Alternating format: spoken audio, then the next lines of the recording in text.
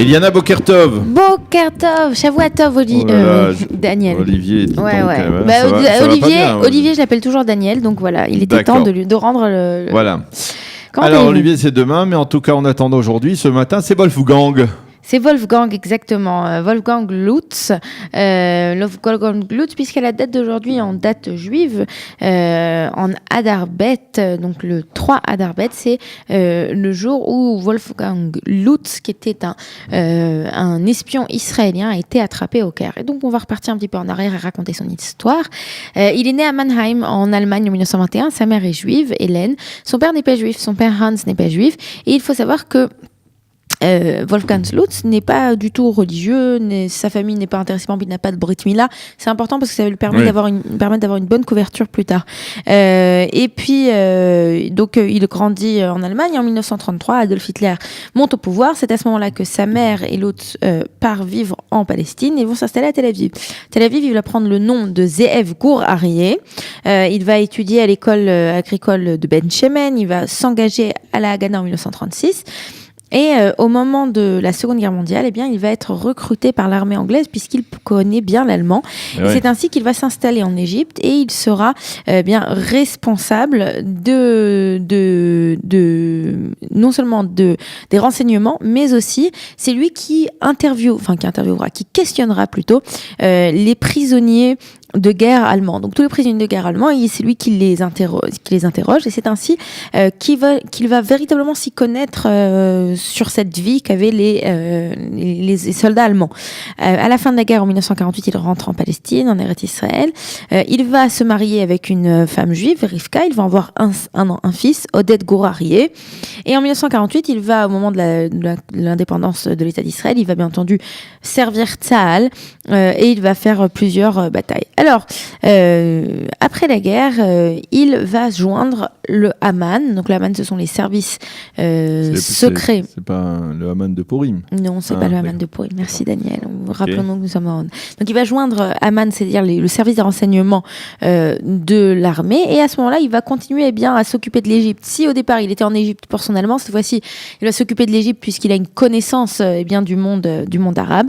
Et aussi, ce qu'il va faire, c'est que étant donné il parle allemand, il a l'air arien. À cette époque, on a beaucoup d'anciens militaires, d'anciens nazis allemands qui se trouvent en Égypte. Donc, il peut rentrer, il peut infiltrer le cercle de scientifiques allemands qui travaillent sur les programmes égyptiens d'armement. Et donc, c'est ainsi qu'il va être envoyé en Allemagne en 59 pour créer une histoire, une couverture. Hein. Ça nous rappelle un petit peu l'histoire de Eli Cohen qui lui va être envoyé en Amérique du Sud, en Argentine pour faire une couverture. Donc lui c'est la même chose. Et puis il va se présenter comme un ancien officier de la Wehrmacht qui aurait servi et qui aurait été membre du parti nazi, qui aurait servi dans l'armée de Rommel. Hein. Donc en Afrique du Nord. Et c'est là donc qu'il va commencer à se faire connaître. Et il faut savoir que il va en permanence voyager à Paris où il va rencontrer ses opérateurs, donc les gens du Mossad qui lui demandent de faire comme ci comme ça. Et puis au départ c'était Amman et maintenant ça fait partie du Mossad. Et c'est là en fait qu'il va rencontrer une autre femme allemande qui s'appelle Waltraud et il va se marier aussi avec elle, bien qu'il soit déjà marié. Donc il va avoir 2 mariages. Et cette femme va croire qu'il travaille pour non pas pour les services secrets israéliens. Pourquoi vous rigolez? Pourquoi ils rigolent? Qu'est-ce qu'ils ont là? Parce que vous avez dit qu'ils votent. Qu'ils votent? Oui. Oui, c'est les élections, elles sont partout. Oui, c'est ça. Non, il travaille en fait. Il va croire en fait. Il va faire croire à sa femme quand elle se rend compte qu'en fait il fait de l'espionnage. Il va dire non, mais je fais pas de l'espionnage. Je travaille en fait ou bien je fais de l'espionnage, mais non pas pour les Israéliens. Il va le cacher, mais il va dire qu'il fait de l'espionnage pour un pays européen.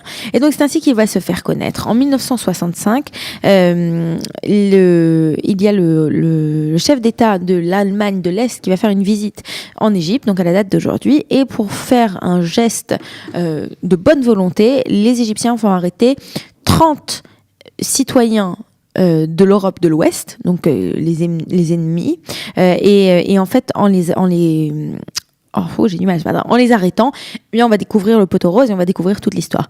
Au départ, il pense que Lot est donc un espion allemand, mais très rapidement, il va se rendre compte qu'il n'est pas un espion allemand, mais un espion israélien. À ce moment-là, il va être mis en prison à vie, et pourtant, il va réussir. En 1968, en fait, on aura des échanges très importants, exactement après la guerre des 6 jours, et c'est à ce moment-là qu'il va être libéré.